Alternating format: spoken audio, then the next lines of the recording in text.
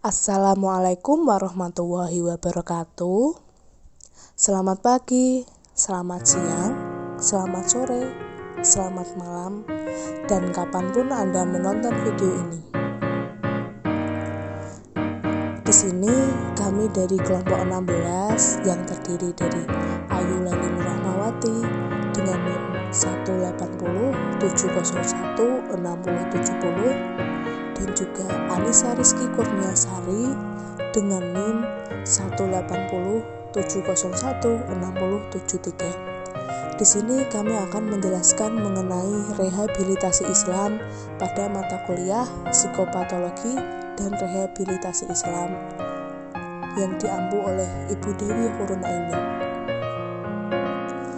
Adapun pembahasan yang akan kami bahas pada video kali ini, yang pertama pengertian dari rehabilitasi, yang kedua jenis-jenis dari rehabilitasi, yang ketiga ada macam-macam dari rehabilitasi, dan yang terakhir mengenai rehabilitasi Islam. Baik, yang pertama pengertian rehabilitasi. Rehabilitasi adalah restorasi atau perbaikan atau pemulihan pada normalitas atau pemulihan menuju status yang paling memuaskan terhadap individu yang pernah menderita satu penyakit mental.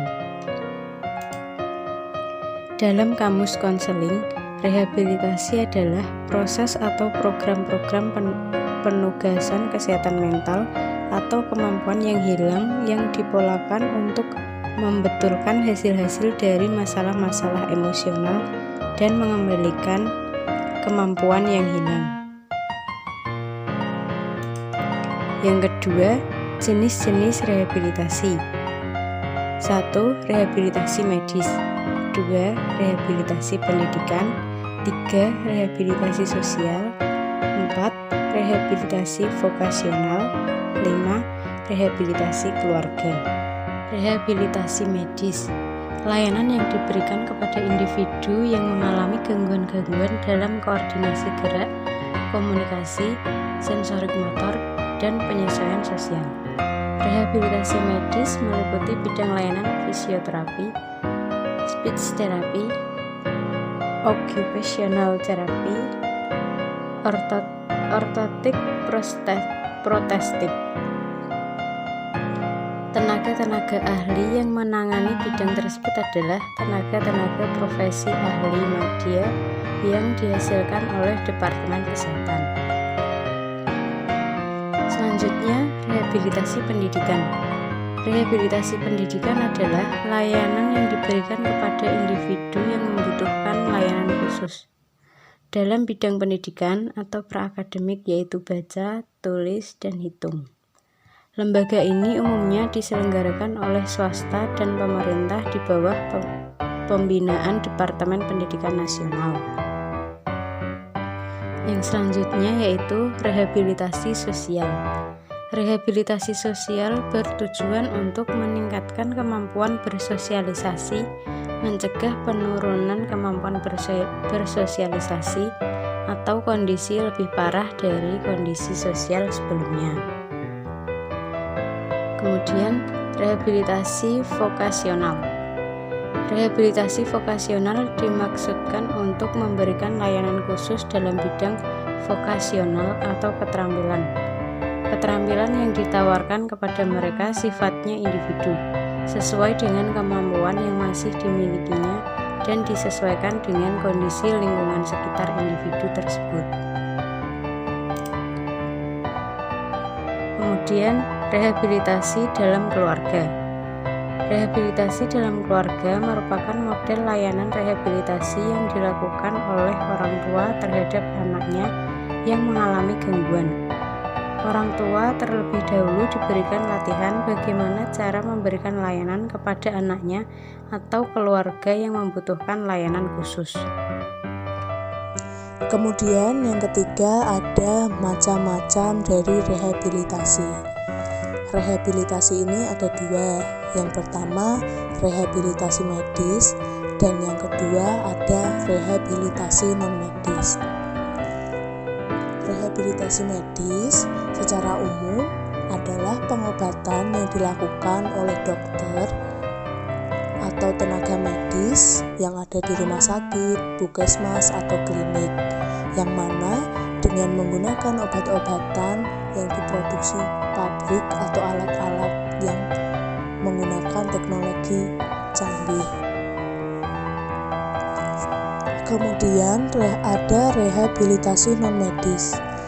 Rehabilitasi non-medis adalah proses pemulihan dengan tindakan tidak menggunakan alat dan bahan secara bendawi, baik itu dilakukan oleh dokter, orang sakti, dukun, tabib, atau sebutan lain yang sepadan dengan itu.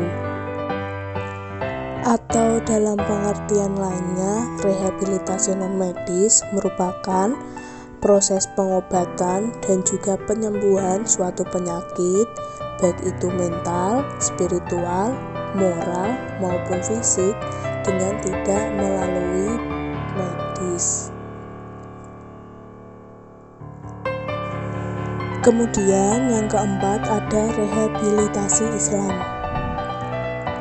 Yang dimaksud dengan rehabilitasi Islam merupakan terapi yang dilakukan dengan menggunakan upaya-upaya untuk mendekatkan diri terhadap Sang Maha Pencipta, yang mana dilakukan dengan ritual-ritual dalam keagamaan seperti beribadah, berdoa, berzikir, dan juga mengaji, yang mana keagamaan tersebut merupakan pedoman bagi umat Islam itu sendiri.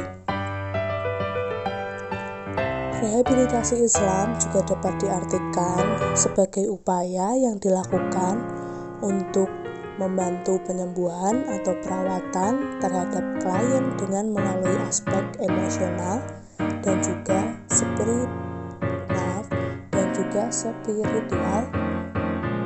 dari setiap individu yang dilakukan dengan cara Islami dan juga tidak bertentangan dengan ajaran Islam. Dalam pelaksanaan rehabilitasi Islam memiliki peran yang sama dengan rehabilitasi pada umumnya, yang mana untuk membantu seseorang untuk pulih dan mampu untuk membetulkan hasil-hasil dari masalah-masalah emosional dan mengembalikan kemampuan yang hilang. Sebenarnya, metode yang digunakan untuk perawatan terhadap gangguan psikis dengan menggunakan pendekatan Islam dan juga pendekatan psikologis hampir sama. Yang membedakannya hanya terletak pada konsep pemahaman agama yang mana didasarkan pada Al-Quran dan Sunnah. Dalam agama Islam, kesehatan mental atau jiwa mencakup pengertian seperti al-mutmainnah yang memiliki makna hati yang tentram, al-sakinah yang bermakna bersih. Dalam Islam, kesehatan mental tidak hanya sekedar sebagai harmonisnya interaksi manusia dalam kepentingan duniawi, tetapi juga sekaligus sebagai rangka dalam integritas iman yang sempurna. Kesimpulannya yaitu rehabilitasi adalah proses atau program-program penugasan kesehatan mental atau kemampuan yang hilang yang dipolakan untuk membetulkan hasil-hasil dari masalah-masalah emosional dan mengembalikan kemampuan yang hilang. Selain itu, rehabilitasi Islam adalah terapi yang dilakukan dengan upaya-upaya untuk mendekatkan diri terhadap Sang Pencipta, yang mana dengan melakukan ritual-ritual dalam keagamaan seperti beribadah, berdoa, berzikir, dan juga mengaji, yang mana keagamaan tersebut merupakan pedoman bagi umat Islam. Baik, sekian pemaparan materi dari kelompok kami. Saya ucapkan terima kasih untuk atensi dari teman-teman, dan juga kami selaku dari kelompok 16 meminta maaf apabila dalam penyampaian materi ada yang kurang atau ada salah kata, kami mohon maaf. Wabillahi taufiq wal hidayah. Summa salam warahmatullahi wabarakatuh.